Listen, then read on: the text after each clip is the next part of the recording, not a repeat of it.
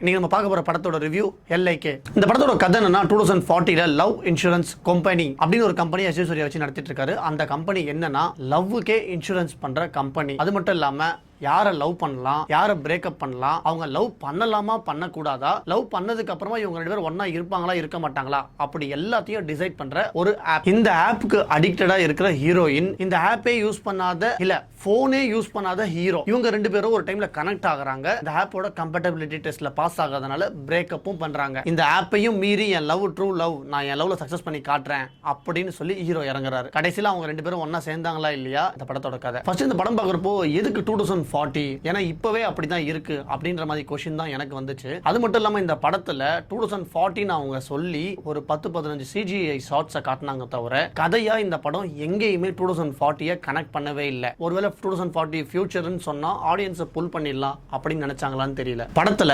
India's best cinematographer, India's best music director, India's best art director, ஒரு நல்ல கதையும் இருந்துமே படம் பார்க்கும்போது நமக்கு எங்கேயுமே கனெக்ட் ஆகவே இல்லை. ஏன்னா கதை இருந்தாலும் அந்த கதையில எங்கேயுமே கான்ஃபிளிக்டே இல்ல. எந்த ஒரு கேரக்டர் நடக்கிற விஷயமே நமக்கு கனெக்ட் ஆகவே இல்ல. ஒரு ஹீரோவும் ஹீரோயினும் ஃபர்ஸ்ட் சேரும்போது நம்ம பார்க்கறப்போ வாவ் சேர்ந்துட்டாங்க அப்படின்னு நமக்கு தோணும். அப்படி இல்லைன்னா பிரியும் போது அச்சோ பிரிஞ்சுட்டாங்களே அப்படின்னு நமக்கு ஒரு கஷ்டம் வரணும். ஆனா அதுவும் வரல. சரி படத்தோட கிளைமேக்ஸ்ல ஐயோ சேருவாங்களா சேர மாட்டாங்களா அப்படி ஒரு கொஸ்டின் வரணும்ல, அதுவும் வரல. மொத்தம் சேர்ந்தா சேரட்டும் சேர கட்டினா போட்டோம் அப்படின்ற ஃபீல் தான் இந்த படத்துல இருக்கு. ஓவராலா இந்த வீக்கெண்ட்ல இந்த படத்தை தியேட்டர்ல பார்க்கலாமா பார்க்க கூடாதா அப்படின்னு என்ன கேட்டீங்கன்னா எனக்கு சத்தியமா தெரியல. உங்ககிட்ட காசு இருந்தா தாராளமா போய் இந்த படத்தை பார்க்கலாம். அப்படி இல்லைன்னா இதே ஃபியூச்சர் பேஸ்ட் கான்செப்ட்ல நெட்ஃபிளிக்ஸ்ல one of the best series Black Mirror அவைலபிளா இருக்கு, அதை பார்க்கலாம்.